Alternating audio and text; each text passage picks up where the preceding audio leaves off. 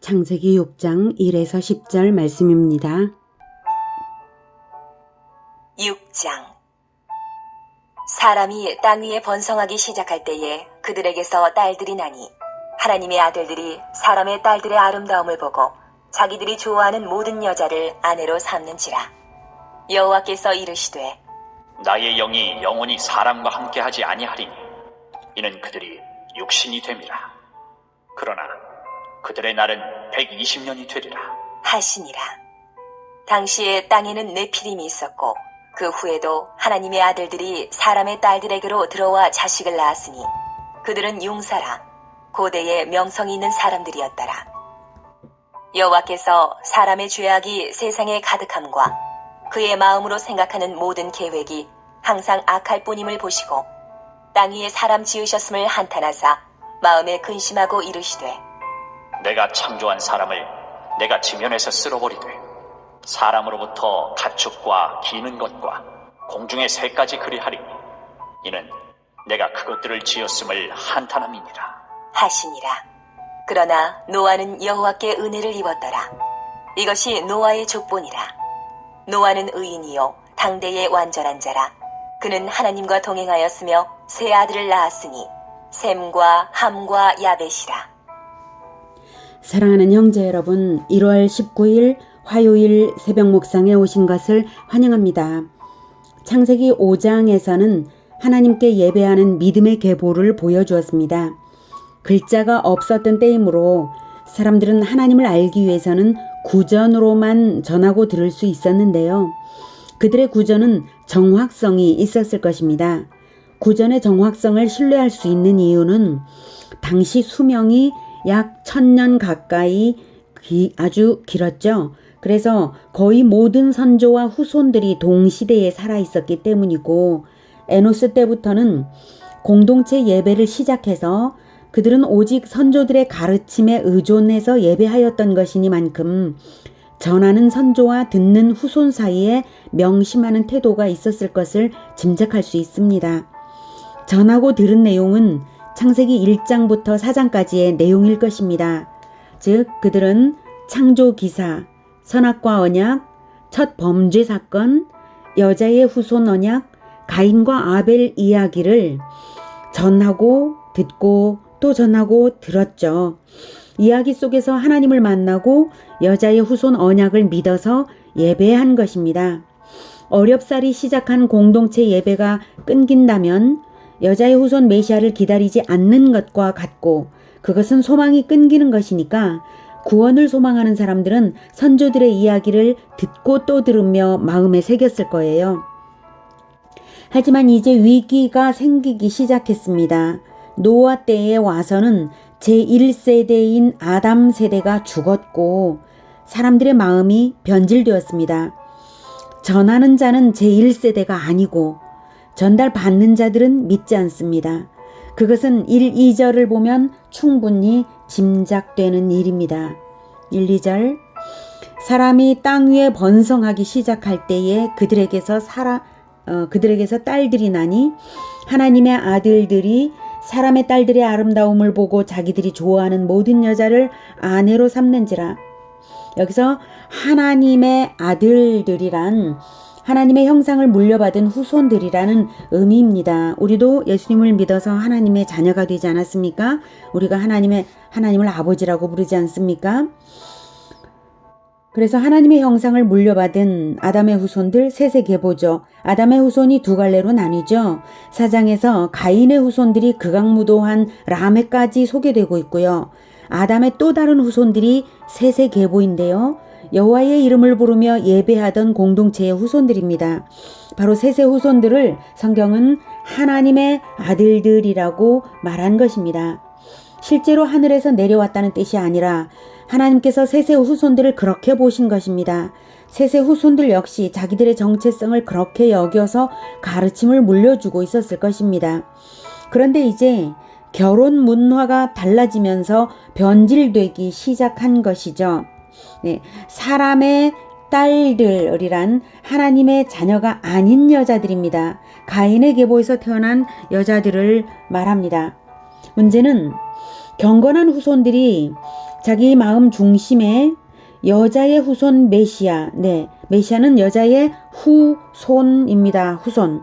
여자의 후손 메시아를 기다리는 마음을 중심에 두고 살았다면, 자기들의 후손 가운데 메시아가 태어날 것을 생각하고 살았다면, 불경건한 후손을 낳게 될 불경건한 결혼을 하지 않을 텐데요.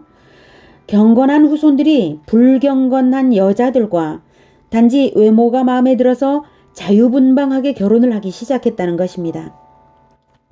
왜 여자만 불경건하다는 것이냐 하실 수 있는데요. 여자만 그렇다는 것이 아니라 가인의 후손은 이미 하나님께서 내어버리셨기 때문에 사람의 아들 얘기를 아예 안 하시는 거죠. 더 이상 언급할 가치가 없습니다. 그래서 5장에서도 아담의 계보에 언급하지 않은 것이죠.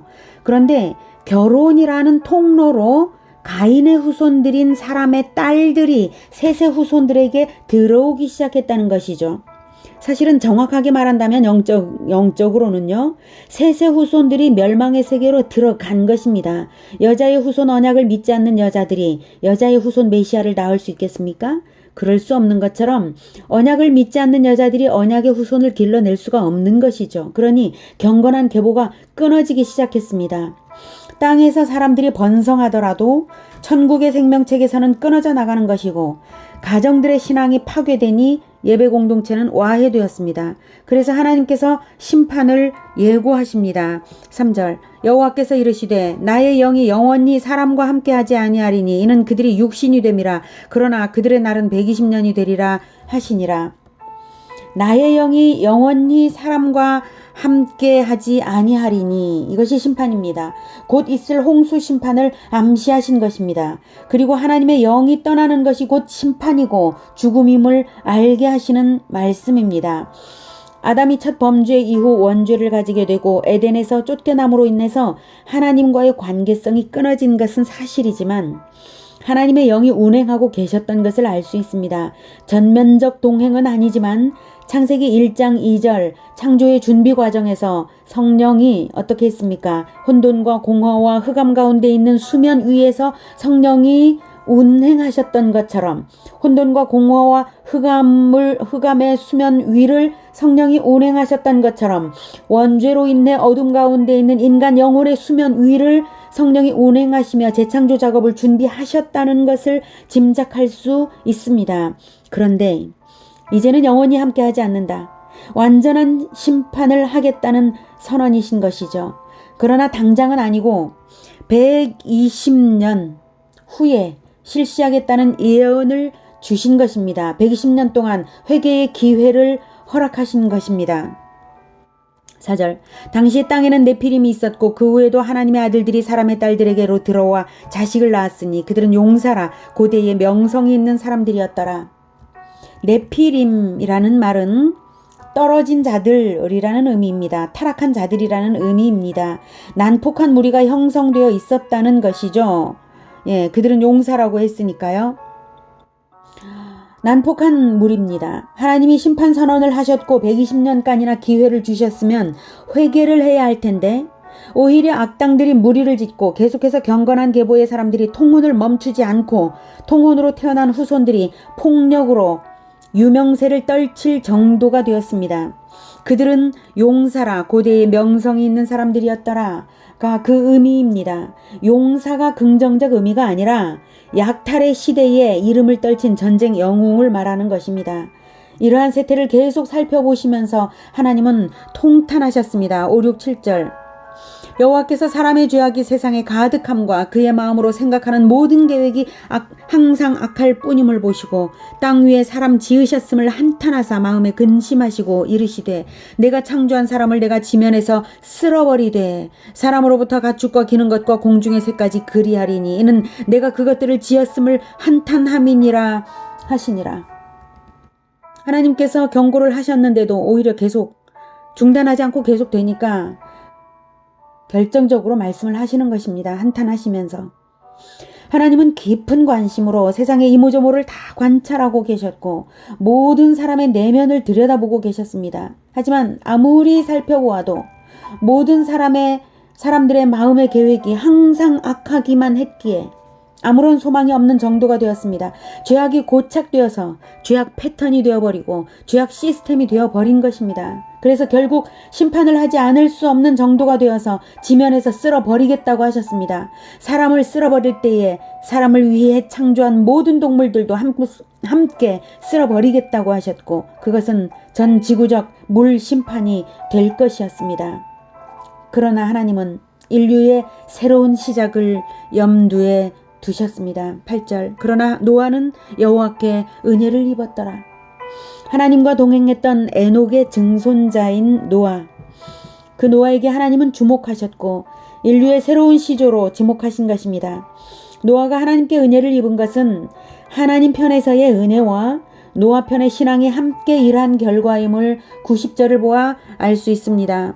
이것이 노아의 족본이라. 노아는 의인이요 당대의 완전한 자라. 그는 하나님과 동행하였으며 세 아들을 낳았으니 셈과 함과 야벳이라.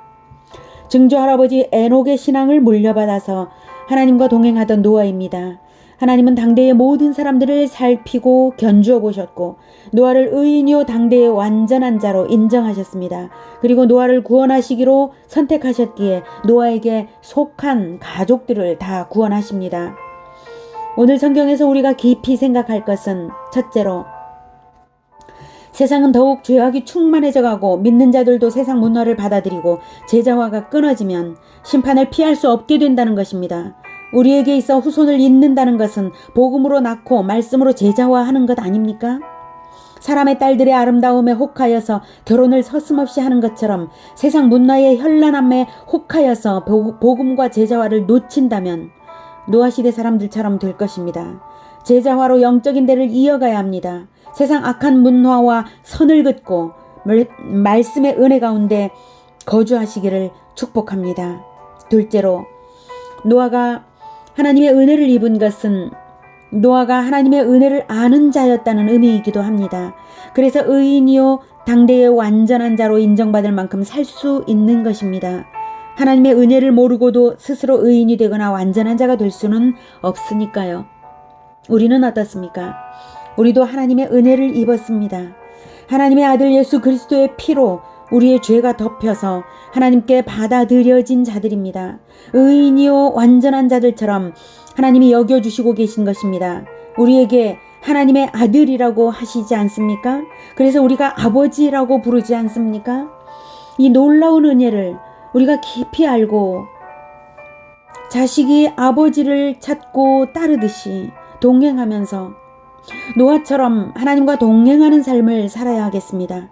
하나님과 동행할 때 나 자신뿐만 아니라 나에게 속한 후손들도 함께 구원을 받는 것입니다. 기도하겠습니다. 은혜가 충만하신 아버지, 우리를 아들로 삼아주셔서 정말로 감사합니다. 우리가 어린 아들이 아버지를 쫓아다니며 동행하듯이 하나님과 동행하고자 하오니 주님 우리를 늘 붙들어 주시옵소서. 우리가 허튼 곳을 정신 놓고 보고 있을 때에 우리를 불러서 눈길을 돌려주시고 우리를 붙들어서 늘 인도하여 주시옵소서. 그래서 늘 에녹처럼 노아처럼 하나님과 동행하게 하여 주시옵소서. 그리고 세상 문화의 현란함에 유혹되지 않을 수 있도록 주님 우리를 도와주시옵소서. 우리는 세상 문화에 눈길 돌리지 않고 오직 복음과 제자화로서 살아가고자 합니다. 그래서 결코 이 제자화가 끊어지지 않아서 하나님의 아들들의 계보가 예수님 다시 오시는 그날까지 계속해서 이어지고 확장되기를 간절히 원합니다. 주님 붙들어 주시옵소서. 그리하여서 우리로 말미암아 빛이 비춰지고 세상에 주여 예수님을 아는 빛이 환히 비춰지기를, 예수 그리스도께서 오실 때에 우리를 통하여서 영광 받으시기를 원합니다. 예수님의 이름으로 기도드립니다. 아멘. 이어지는 시간은 개인 기도 시간입니다.